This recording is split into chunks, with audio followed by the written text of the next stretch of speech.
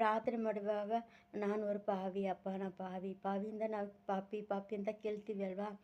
ಹಾಗೆ ಯಾವಾಗಲೂ ಕೇಳಬೇಕಾ? ಈಗ ರಕ್ಷಣೆ ಹೊಂದಿ ಪವಿತ್ರ ಆತ್ಮನ ವರ ನಾವು ಹೊಂದಿದ ಮೇಲೂ ನಾವು ಪಾಪಿನಾ ಅಂತ ಒಂದು ಕ್ವಶ್ಚನ್ ನಮಗೆ ಇರುತ್ತೆ.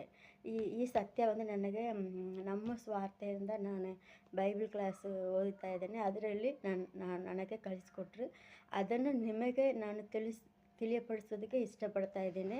ಹೀಬ್ರೂ 12:4 ನೀವು ಪಾಪಕ್ಕೆ ವಿರೋಧವಾಗಿ ಹೋರಾಡುವುದರಲ್ಲಿ ಪ್ರಾಣ ಅಪಾಯ ಆಗುವ ತನಕ ಇನ್ನೂ ಅದನ್ನು ಎದುರಿಸಲಿಲ್ಲ.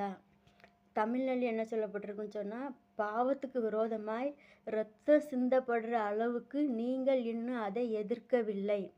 பாவத்தை இரத்தம் சிந்தப்படுற அளவுக்கு நீங்கள் இன்னும் அதை என்ன செய்யலை, ಎದುರ್ಕಲ್ಲ.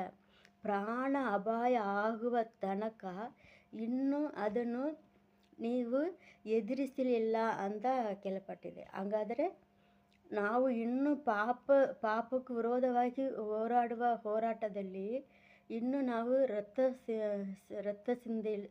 ನಮ್ಮ ರಕ್ತ ಸಿಂದಿಲ್ಲ. ಪ್ರಾಣ ಅಪಾಯ ಆಗುವ ತನಕ ನಾವು ಇನ್ನೂ ಹೋರಾಡಿಲ್ಲ ಅಂತ ದೇವರ ವಾಕ್ಯ ಕೇಳ್ತಾ ಇದೆ. ಹಾಗಾದರೆ ನಾವೆಲ್ಲರೂ ಇನ್ನೂ ಪಾಪಿಗಳಾಗೇ ಇದ್ದೀವಿ, ಹೌದಲ್ವಾ? ಬಿಲ್ಲಿ ಗ್ರಹಂ ಅವರು ಮರಣ ಅವರು